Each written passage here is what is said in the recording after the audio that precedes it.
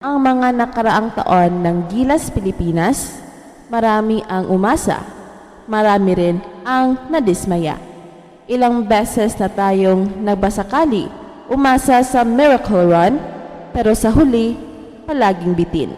Ngunit ngayon, may nangyayari hindi pangkaraniwan. Ang Gilas Pilipinas, oo, ang ating national team ay hindi na lang basta team na pang-Asia. Ayon sa mga eksperto at basketball analyst sa buong mundo, para na raw tayong European level powerhouse.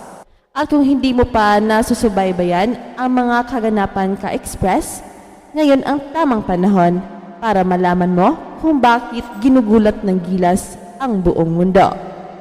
Simulan natin sa isang simpleng tanong.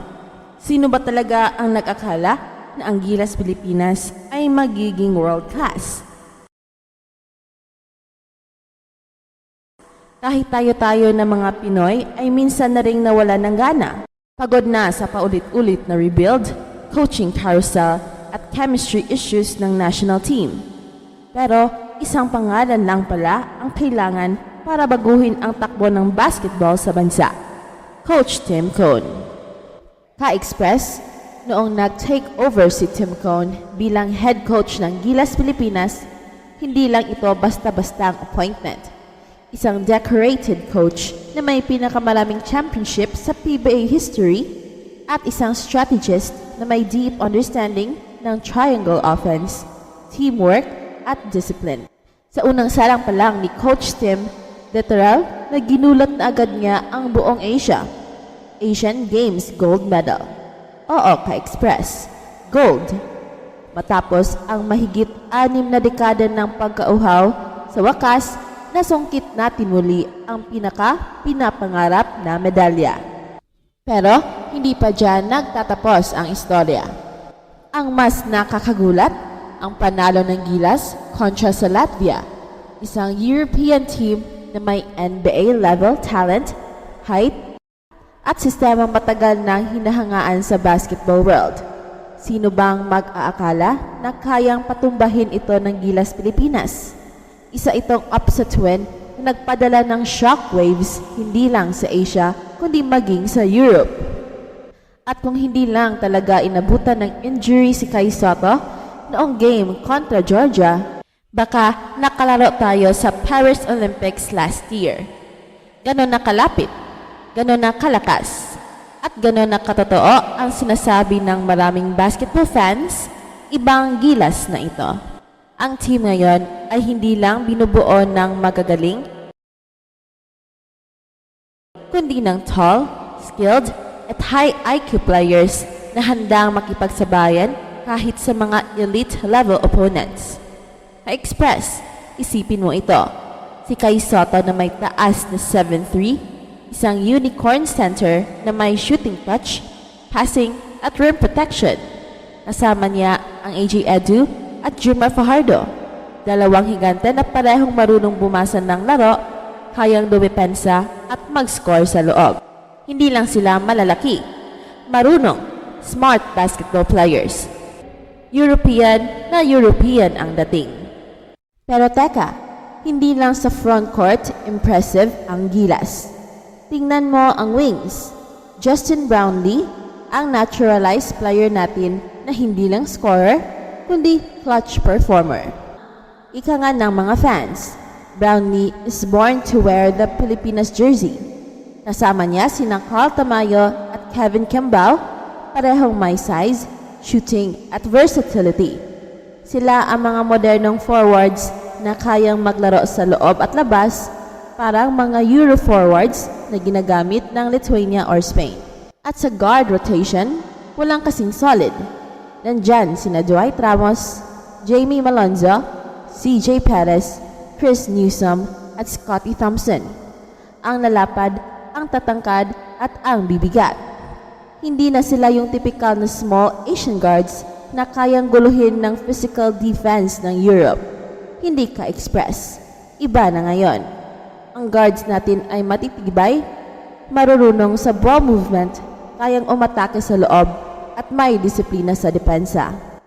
Kaya nga hindi nakapagtataka na kahit ang New Zealand All Blacks na isa ring respected team globally ay napabagsak din ng gilas. Isa na namang historic win. At lahat ito ay hindi tsamba dahil consistent ang performance ng team Yan ang mga at PBA halatang teams. may sistema. Walang conflict, Isipin mo walang ka-express. Perfect Ilang timing. taon tayong nasanay Sa na mga masaktan. ka-express, ang Ilang advantage FIBA ng qualifiers PBA ang tila ay hindi bangungot lang sa dahil experience, kahit anong galing ng chemistry ang Pinoy, puhunan dito. hindi sapat ang execution, coaching, at experience. Magkakakilala na sila. Pero ngayon Alam na ngayon nila ang ay ibang galaw sa usapan na. isa't isa. Sa height, Hindi na kailangang sa hustle, mag-adjust ng sa matagal. chemistry. Kung Paso ng pasa, makakapag-practice lang walang sila ng sapawan, kahit 2 at sa linggo, puso, sulit wala na agad tayong ang sistema. tinatapon. Ang At pinakamalupit hindi sa kumpleto lahat, ang panggilas na batang-bata walang pa Chesty ang Brownlee. team na ito. Sa totoo Marami lang, sa kahit sinong kanila basketball ay hindi analyst, pa umaabot sa sasabihin si peak ng Brownlee kanilang ang game career. changer. Ibig Sa Asian sabihin, Games, habang siya ang tumatagal, nagpasa ng scoring, lalong lalakas leadership ang gilas. at puso ng buong team. At kung papayagan ulit siyang maglaro At sa SEA habang Games, lumalalim ang automatic karanasan nila favorite sa na tayo international gold. stage, Lalo na lalong kung tataas ang makakita tayo ng kumpiyansa, goal signal lalong para titindi ang makasama rin si execution, Ange Kwame at bilang lalong backup magugulat man. ang mundo. Alam niyo na kung bakit Marami na mahalaga ngayong si mga Coach international Nicole. scouts at Siya lang analysts naman ang ang winningest nagbibigay coach ng sa papuri sa history ng gilas. PBA. Sa social May media, 25+ sa Reddit, championships, sa FIBA multiple forums, Grand Slams, at makikita di mo may mga matatawaran nagsasabing Sa Philippines kanya, is walang no longer superstar, just lahat a equal, crowd favorite. Lahat may role They're a sa legend threat. international competition. This team plays Kung like saan how Serbia importante ang plays, disiplina at smart and execution. composed. Yan ang At lamang ng ka-express, isang coach isipin tungkol mong sa mabuti. team. Lahat Yung mga ito ka-express, ay sa ilalim pa lang ni Coach Tim Cone. Paano pa kaya kung tuloy-tuloy na ang programa? Paano kung patuloy tayong sumusuporta sa team, sa grassroots, at sa development? Hindi lang ito team. Isa itong simbolo ng pagbabalik ng Filipino basketball pride. Isang paalala na sa kabila ng lahat ng pagkatalo, lahat ng kontrobersya, at lahat ng hirap, kaya nating bumangon. Hindi tayo titigil hanggang hindi tayo tinitingalang muli sa mundo ng basketball. At ka-express, bago matapos ang video na ito, isipin mo, kung ngayon pa lang ay ganito nakalakas ang gilas, paano pa sa mga susunod na taon? Kung si Kai Soto ay lalo pang lumakas, kung sina Ramos, Kembao at Malonzo ay maging mas mature na players, at kung si Coach Tim Cone ay manatili sa sistema, baka sa susunod, hindi na lang tayo humahanga sa mga Euro teams. Baka tayo na ang hinahangaan.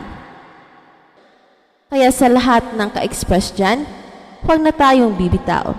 Ipagmalaki natin ang bagong gilas. I-share ang video na ito, mag-comment sa baba, at iparamdam sa buong mundo na ang Pilipinas ay isa ng pwersang dapat katakutan sa basketball. At mag-subscribe na. Ito ang Express Info na kung saan bawat kwento, ginulat ang mundo.